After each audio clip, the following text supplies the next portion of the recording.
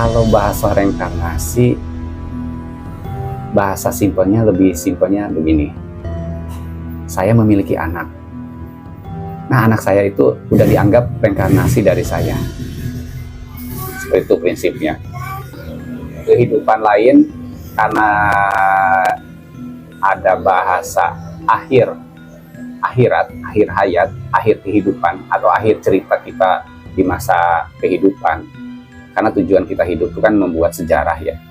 Sejarah baik buruknya dikembalikan lagi ke perilaku atau tata cara kita dalam semasa hidupnya. Memegang prinsip ciri-ciri kemanusiaan, atau memegang ciri-ciri kalau salah satu ciri-ciri kemanusiaan itu sampai hilang, berarti kan kita disamakan aja dengan hewan gitu kan. Kalau hewan mah ibaratnya contoh ular, kalau lewat tuh kan nggak permisi, nggak apa gitu kan, cuman goroyor aja gitu kan.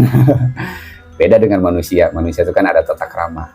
Di samping berbahasa permisi juga kan mungkin dengan rengkuh badan dan tubuh juga tata kramanya sambil rengkuh gitu kan. Permisi, punten, iring ngalangkung gitu kan, gitu. Permisi, ikut lewat gitu kan. Itu yang membedakan antara ciri manusia dengan ciri-ciri makhluk ciptaan Tuhan yang lainnya gitu kan. Seperti itu. Kembali lagi ke awal mula kita berbuat sejarah itu, baik buruknya kan pasti bakal terus terkenang atau terngiang. Oh, si Anu tuh semasa hidupnya begini-begini, pasti bakal disebutkan baik dan buruknya. Itu salah satu hisab turunan. Ada peribahasa 7 turunan.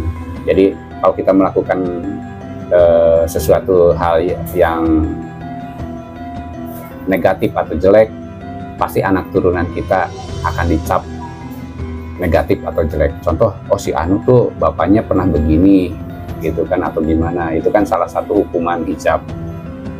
Atau si bapaknya oh berbuat baik begini, atau itu kan jadi fenomenal sejarah. Nah, kembali lagi ke tubuh kita yang meninggal, yang istilahnya jasad mati, akhir cerita atau akhir hayat gitu kan. Kalau di Sunda itu meyakini tubuh kita itu berasal dari 4 unsur. Ada unsur tanah, ada unsur api, ada unsur air, dan unsur angin. Nah, ada peribahasa asal tina taneuh ulah kembali ke tanah yang akan jadi tanah yang sering diinjak gitu kan. Asal tina api, jangan sampai jadi api amarah yang menjadi malapetaka. Asal dari angin, jangan sampai jadi angin yang membuat kita penyakit kedinginan atau gimana. Asal dari air juga sama, jangan sampai jadi air yang membawa bencana atau kapalikeun ke tidak karuan gitu, seperti itu. Kalau prinsip surga neraka di Sunda Wiwitan itu, neraka itu sebetulnya adanya di dunia, karena bahasa di Sunda itu naraloka. Na itu sinar, ra itu api, loka itu tempat. Jadi tempat yang terkena sinar api. Nah, kalau kita pahami ya, tempat yang kena sinar api itu adalah matahari. Matahari itu kan terbuat dari gumpalan api. Nah, di situ makanya setiap manusia itu timbulnya rasa kapusing, kahariwang, kacemas, kamelang, segalanya lah gitu. Karena tidak adanya rasa ketenangan atau tidak adanya rasa bercampur aduk. Di situ timbulnya permasalahan atau problematika yang ada di dunia. Maksudnya surga maupun neraka itu hanya ada di dunia. Iya. Tapi tidak ada kehidupan lain bisa lanjut. Kehidupan itu kan kembali lagi ke ke alam ya. Kalau kita istilahnya kembali lagi asal tanah dari ini, nantinya juga akan menjadi sumber kehidupan regenerasi berikutnya.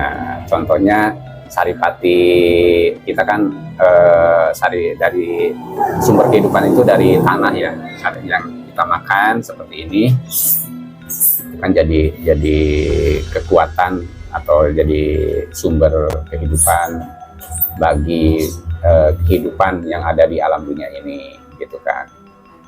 Karena surga menurut versi di Sunda Wiwitan itu adanya di hubungan suami istri. Karena arti suarga loka itu su adalah suci, warga itu keluarga, loka itu tempat. Jadi adanya tempat keluarga yang secara suci. Yang secara suci itu apa? Berarti adanya dengan hubungan yang resmi atau yang sudah disahkan, kalau zaman sekarang mah hubungan yang sah suami istri yang benar-benar disakralkan dan disucikan oleh adat istiadat dan tradisi kebiasaan masing-masing, gitu kan, seperti itu.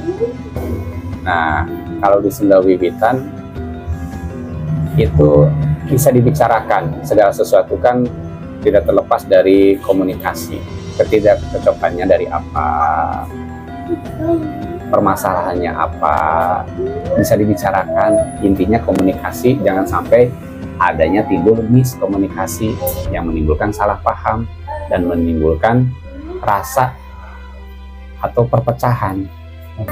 Ya, karena pernikahan di Sunda Wiwitan itu sakralnya sudah berjanji, ada ikrar janji, berjanji di hadapan kedua orang tua dan di hadapan Tuhan, istilahnya yang menciptakan kita semua secara lahir dan batinnya.